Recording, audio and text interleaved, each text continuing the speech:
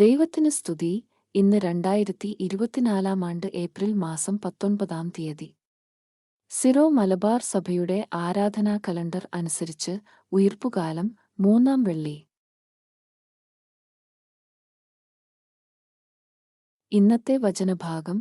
1 വായന വിശുദ്ധ പൗലോസ് ശ്ലീഹ തിമോത്തേയോസുകാർക്കു എഴുതിയ 2 ലേഖനം, അധ്യായം 2, വാക്യങ്ങൾ 22 മുതൽ 26 വരെ. കർത്താവിന്റെ ദാസൻ കലഹപ്രിയനാകരുത്. അതിനാൽ യുവസഹജമായ മോഹങ്ങളിൽ നിന്നു ഓടിയകലുക. പരിശുദ്ധഹൃദയത്തോടെ കർത്താവിനെ വിളിക്കുന്നവരോട് ചേർന്ന് നീതി, വിശ്വാസം, സ്നേഹം, സമാധാനം എന്നിവയിൽ ലക്ഷ്യം വയ്ക്കുക. മൂഢവും ബാലിശവുമായ വാദപ്രതിവാദത്തിൽ ഏർപ്പെടരുത്. അവ കലഹങ്ങൾക്കിടയാക്കുമെന്ന് നിനക്കറിയാമല്ലോ. കർത്താവിന്റെ ദാസന് കലഹപ്രിയനായിരിക്കരുത്. എല്ലാവരോടും സൗമ്യതയുള്ളവനും യോഗ്യനായ അധ്യാപകനും ക്ഷമാശീലനുമായിരിക്കണം. എതിർക്കുന്നവരെ അവൻ സൗമ്യതയോടെ തിരുത്തണം. സത്യത്തെക്കുറിച്ചുള്ള പൂർണ്ണബോധ്യത്തിലേക്ക് മടങ്ങിവരാൻ ഉതകുന്ന അനുതാപം ദൈവം അവർക്ക് നൽകിയെന്നു വരാം. പിശാച് തന്റെ ഇഷ്ടനിർവഹണത്തിനുവേണ്ടി അവരെ അടിമകളാക്കിയിട്ടുണ്ടെങ്കിലും അവൻ സുബോധം വീണ്ടെടുത്ത് ആ കെണിയിൽ നിന്നു രക്ഷപ്പെട്ടേക്കാം.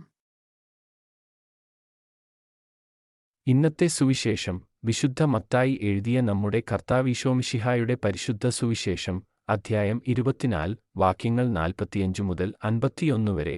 വിവേകിയും വിശ്വസ്തനുമായ ഭൃത്യൻ തന്റെ ഭവനത്തിലുള്ളവർക്ക് കൃത്യസമയത്ത് ഭക്ഷണം കൊടുക്കാൻ യജമാനൻ നിയോഗിച്ച വിശ്വസ്തനും വിവേകിയുമായ ഭൃത്യന് ആരാണ്? യജമാനൻ വരുമ്പോൾ അപ്രകാരം ചെയ്യുന്നതായി കാണപ്പെടുന്ന ഭൃത്യന് ഭാഗ്യവാൻ. സത്യമായി ഞാൻ നിങ്ങളോട് പറയുന്നു, യജമാനൻ അവനെ തന്റെ വസ്തുക്കളുടെയെല്ലാം മേൽനോട്ടക്കാരനായി നിയമിക്കും.